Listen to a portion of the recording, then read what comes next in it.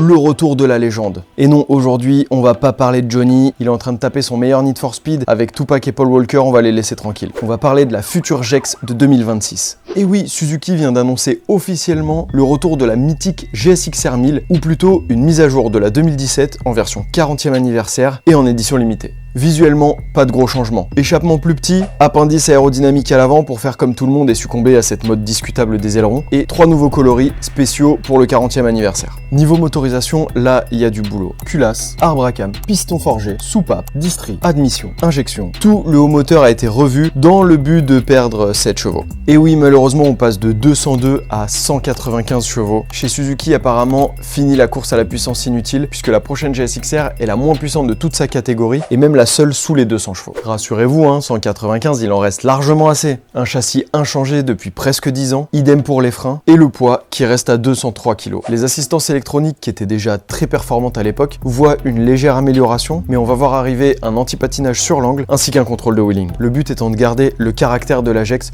sans en faire une machine d'assisté comme les concurrentes. On a droit à un compteur monochrome, étonnant en 2026 quand on voit ce que font les voisins, mais on a l'impression qu'avec cette GEX, Suzuki essaie de se reconnecter avec l'essence même de la moto, qui est de prendre du plaisir au pilotage et non la course à la puissance et à la performance, d'être le meilleur, le plus puissant et de faire un peu le concours de qui a la plus grosse, sachant qu'une majorité des clients qui vont acheter ce véhicule ne l'emmèneront pas sur piste et encore moins en compétition pour aller chercher des chronos. Mais pour l'heure, ce ne sont que des suppositions. Ces dernières années, les modèles de Suzuki n'ont pas réussi à trouver leur public, en espérant que cette nouvelle GEX puisse redonner un petit coup de fouet aux ventes de cette marque mythique. Toujours est-il que ce futur modèle va potentiellement secouer un petit peu le monde de la moto. Pour l'heure, on n'a pas encore ni le nombre d'exemplaires qui vont sortir, ni le prix de cette nouvelle GEX, même si certaines rumeurs parlent d'un tarif légèrement au-dessus des 20 000 €.